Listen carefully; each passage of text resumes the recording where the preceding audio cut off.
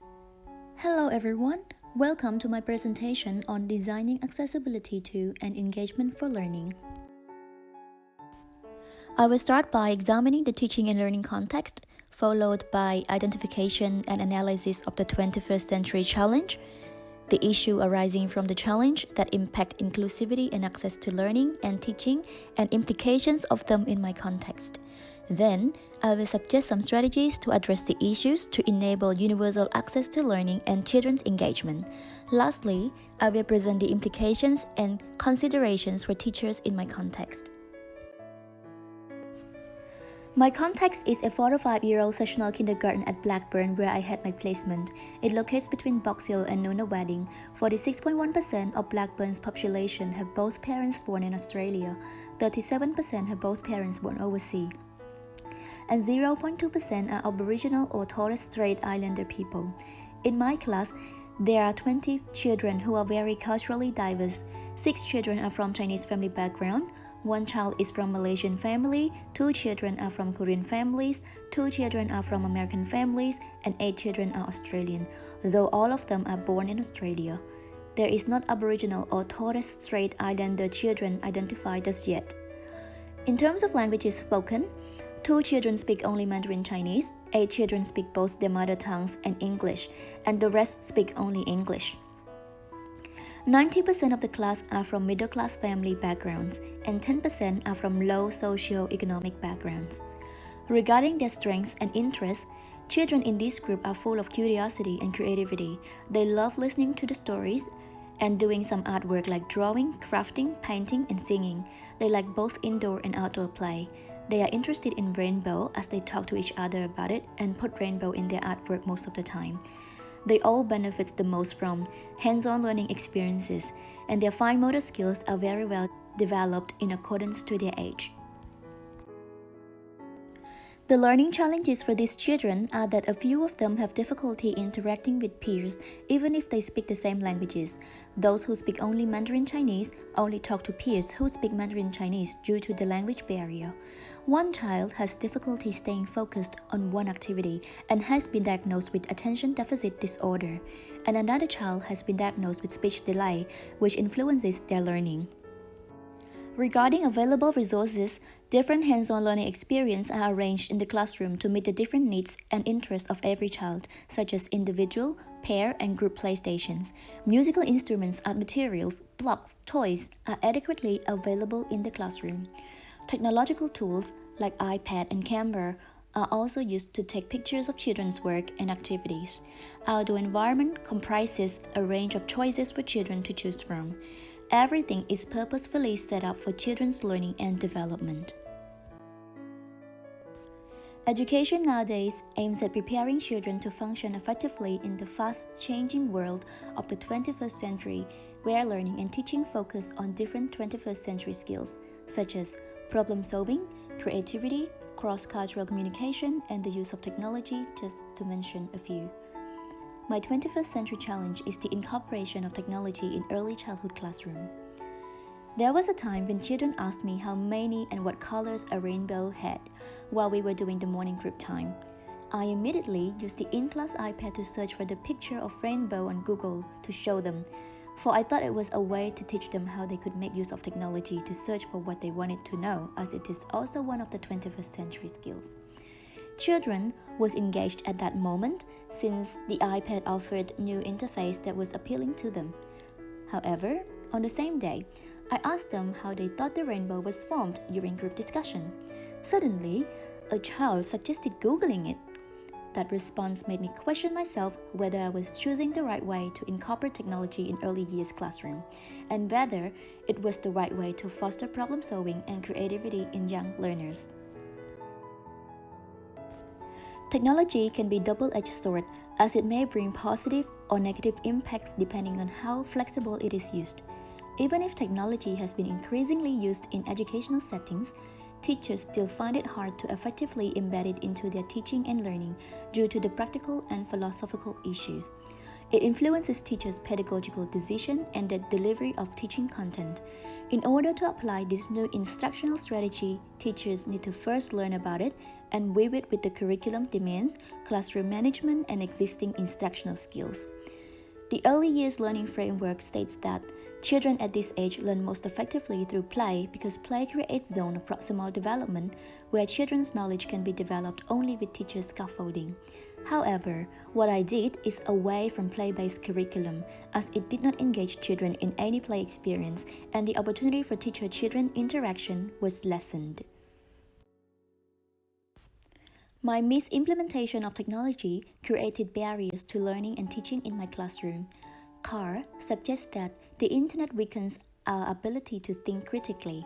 So as in my context, children started to form a perception that all they wanted to know were on the internet. They showed a tendency towards over-reliance on the internet, which hinders creativity, problem-solving skills, and social interaction or communication that are also the 21st century skills needed to be fostered in early childhood classroom. Second, technological device may not be accessible or affordable for all families. Two children in my context who are from low socio-economic backgrounds did not have an iPad at home, and their parents did not use smartphones. Therefore, encouraging them to use an iPad at kindergarten to access the information on the internet may excite them for the time they are in class, but causes problem when they go home without an iPad. In this case, the use of technology does not promote educational equity as the access to technology is socially stratified, while inclusive education aims at creating opportunities for all children regardless of their backgrounds. Third, the misuse of technology may have its drawbacks on children's socialization and language development. When children can access information through the internet, they would spend more time working things out on their own rather than seeking help from others. Therefore, the interaction and communication between children and peers, as well as children and adults, will be reduced. My class is a very culturally diverse class, so cross-cultural communication is very crucial as it helps promote sense of identity and intercultural understanding that prepare them for living together peacefully in this diverse world of the 21st century. Most children in my context experience difficulty forming quality peer relationship, so the use of technology solely may worsen the situation. Instead, teachers should promote more interactions and communications as they can help improve children's language acquisitions and social skills that are important for lifelong learners. In response to the issues, there are some strategies I would recommend in order to foster universal access to learning and children's engagement. Because all children deserve equal access to quality education, Universal Design for Learning was created. Universal Design for Learning involves designing a curriculum that is flexible to cater to the diverse needs and ability of each child in the classroom. It offers multiple means of engagement, multiple means of representation, and multiple means of expression. By encouraging children to seek information through the internet, teacher was giving them only one means of knowledge acquisition, and not everyone in the class are accessible to the technological device. Therefore, universal accessibility to learning could not happen, and this engagement is inevitable. In order to foster universal access to learning and engagement, teachers need to start from knowing the children. Based on my children's curious nature and diverse learning needs, I may provide them with the learning experiences that allows them to explore, observe, and express their understanding in different ways. For instance, children who have difficulty talking but loves drawing or painting can express their understanding about rainbow through painting experience rather than talking. For those who like crafting can explore the colors of rainbow through open-ended crafting experience. Then, how can ICT be leveraged to its potential for the benefit of all children in this classroom?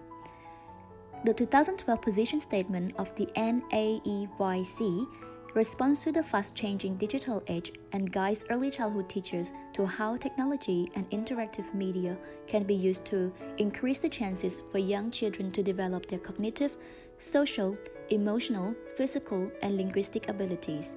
It has broadened my understanding of the term technological tools, which covers a broad range of devices. Therefore, instead of using iPad to search for information directly, I can use technology in a way that children have the opportunity to communicate with others and express their ideas by showing them a short story about rainbow using projector, and encourage them to observe as a group to how the rainbow is formed and how many colors a rainbow has. Then, I can raise questions to them to foster discussion afterwards.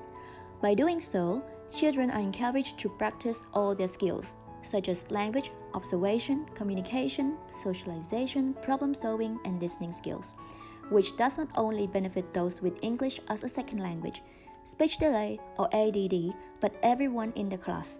I, the teacher, also have the opportunity to scaffold their learning. After the group discussion, children can explore rainbow colors through open-ended hands-on experience or assess their own learning from the experience in their preferred means of expression as mentioned earlier. Since those are their favorite activities, children are more engaged when the learning experiences reflect their interests and strengths. These strategies can enhance children's attention span and promote behavioral, emotional, and cognitive engagement as well as universal access to learning. Each steps of the experience, such as watching video, group discussion, diverse open-ended hands-on learning experiences, allows teachers to scaffold children's learning on the basis of each child's current knowledge. Children's high-quality thinking can be activated through open-ended tasks, challenging play, and positive interactions with adults, which is in line with socio-cultural perspective that links children's cognitive development to engagement in collaborative thinking with others. A combination of technology, skillful teaching, and complementary curriculum resources helps accelerate learning and reduce the achievement gap between children from low socio-economic families and their more affluent peers. When technology is properly integrated in the classrooms, equity and access to quality education are addressed by providing opportunities for every child to participate and learn. When incorporating technology in early childhood program, early childhood professionals should be aware of both the challenges and the opportunities it may bring. The use of ICT is encouraged at all levels of education, but teachers are required to have the knowledge and the skills to use it effectively and ethically to promote inclusion, engagement, and learning and development of all learners. Teachers' choices influence learners' engagement, well-being, and thinking, and they can be changed to foster inclusion.